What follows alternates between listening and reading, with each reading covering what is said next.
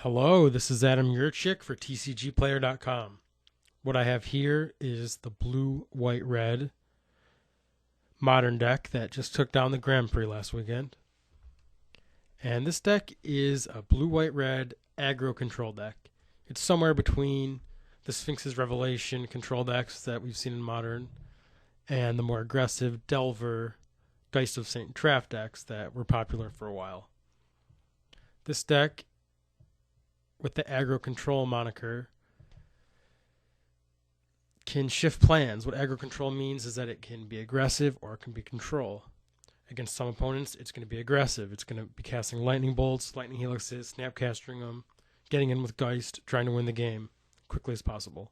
Against some decks, it's control. It's going to be lightning bolting creatures, helixing creatures, using Path to Exile, slowing the game down, getting value out of Cryptic Command, and then winning eventually through card advantage and attrition. So this deck can fill both roles. Part of the reason of that is Snapcaster. Snapcaster is obviously excellent when being aggressive or being defensive. Electrolyze, great in both roles.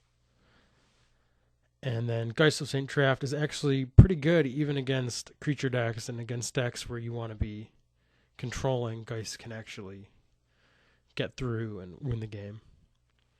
So it's a very flexible, very interesting deck. It's powerful. It plays a lot of the great cards of the format. And it's just good. I mean, it doesn't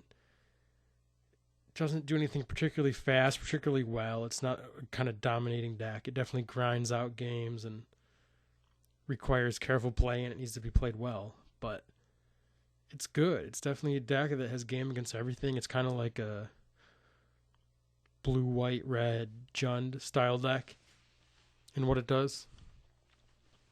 And it plays with some nice cards. As far as the mana base, it's pretty rock solid. You have a combination of 8 dual lands, which are on color, searching an assortment of basics, all the basics present, along with 2 islands. One of them snow-covered. That's what the winner had in his list, and it's kind of cool. Like, if you play it, someone might think you have Gifts Ungiven or something. There's no real cost to it. And I've always liked snow-covered lands, so it's cool that he has it. And then you have the shock lands, 2 steam vents, 2 hallowed fountains, and a sacred foundry. And then there's actually a glacial fortress and a sulfur falls in there as well.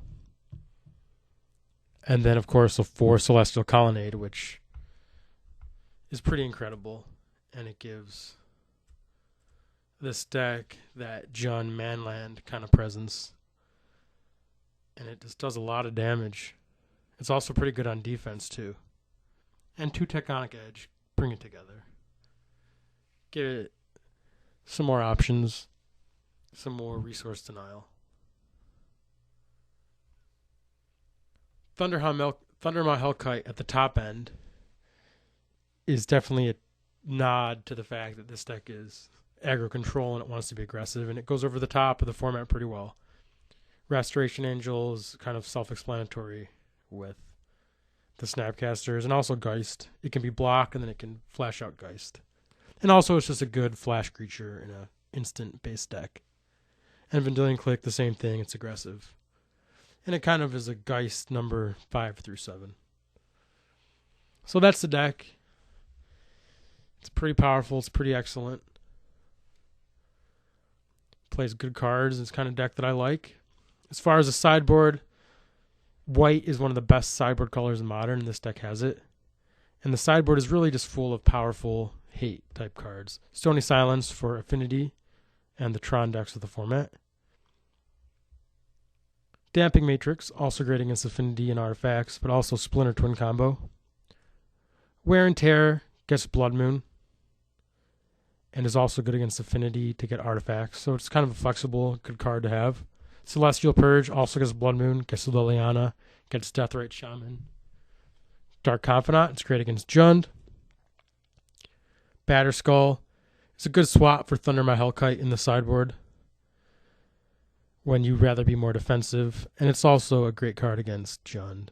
in any aggressive strategy. Another Thundermaw on the sideboard comes in when you want to be very aggressive and you want to kill them, such as against combo decks, Tron decks. Engineered Explosives is a versatile card. It's great against Boggles. It's great against Affinity.